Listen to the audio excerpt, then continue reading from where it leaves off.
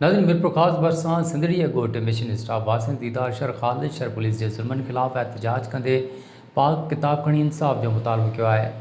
उन हवाले सां ॾिसूं था मोहम्मद साले कोरी जी ही रिपोर्ट। खुदा हेठि लही आहे पंहिंजो जहान ॾिसी वञे, ही जोड़ियल पंहिंजो ॾे ॾिसी वञे, ही मिसकिन मारवाड़ा जेके दर बदर आहिनि उस में थी रहिया आहिनि। इहो सिर्फ़ु पुलिस जी ज़ाती दादागिरी जे करे ही शर बिरादरी आहे जेके क़ुर मथे ते खणी मासूम ॿार नियाणियुनि समेत एहतजाज पिया कनि। हिन जो चवणु त मिरपुर ख़ास जो MP MNA सियासी अॻवान समाजी तंज़ीमूं या SP DIG कमिश्नर समेत सभु ख़ामोश आहिनि। असांजो ॾोह कहिड़ो आहे जो असां शर थी पियासीं, इहो असांजो ॾोह आहे। में जेके मारे खणी आने मुंहिंजा बचन कोन्हे को हिकिड़ो त अंदर पर मुंहिंजो इहो नंढड़ो मासूम मुंहिंजो मारे छॾियो अथनि। साईं मसइले जी त का ख़बर कोन्हे। असां ग़रीब मिसकिन आहियूं। तव्हांजे साम्हूं असांजे घर जेका माल मिल्कियत आहे इहा साम्हूं मुकमल 4 महीना थिया आहिनि। असांजा बचड़ा उस में सड़ंदा पिया। पुलिस ऐं हिननि असांखे एतिरो तंग कयो आहे जंहिंजो को हद हिसाब कोन्हे।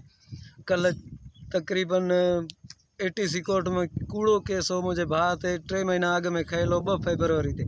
उहो ॿारु निकितो, जीअं निकितो ATC कोर्ट हुनखे बरी कयो। खिपरो नाको ते मुकमल 2 गाॾियूं जंहिंमें 17-18 एहलकार आहे हिननि खे दसे अधमो करे गाॾी तां हेठि किराए अधमो करे खणी आहे। ख़बर न आहे त ज़िंदा बि आहे या मरी वियो या मारे छॾियऊं, असांखे का ख़बर कोन्हे। एतिरो असां सां ज़ुल्म आहे। हिकिड़ो जंहिंजी का इंतिहा कोन्हे, को माण्हू अहिड़ो असांखे साथ ॾियण वारो कोन्हे, को मज़लूम जी ॿुधण वारो कोन्हे। असां अपील था कयूं अला इदारनि खे त असांजो कसूर कहिड़ो आहे। जेकॾहिं असांजो कसूर आहे त या त असांखे टोटल मायुनि ॿारनि बच्चनि खे मारे हलिया वञनि त हिन अज़ाब मां जान छुटे, न त असांजे भाउ खे आज़ादु कनि।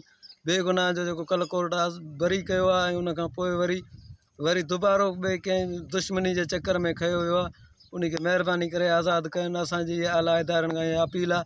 उनजा ॿार नंढड़ो हिकिड़ो छोकिरो रोए थो ऐं मां बेहोश पई आहे, जीअं अञा ताईं होश में न आहे।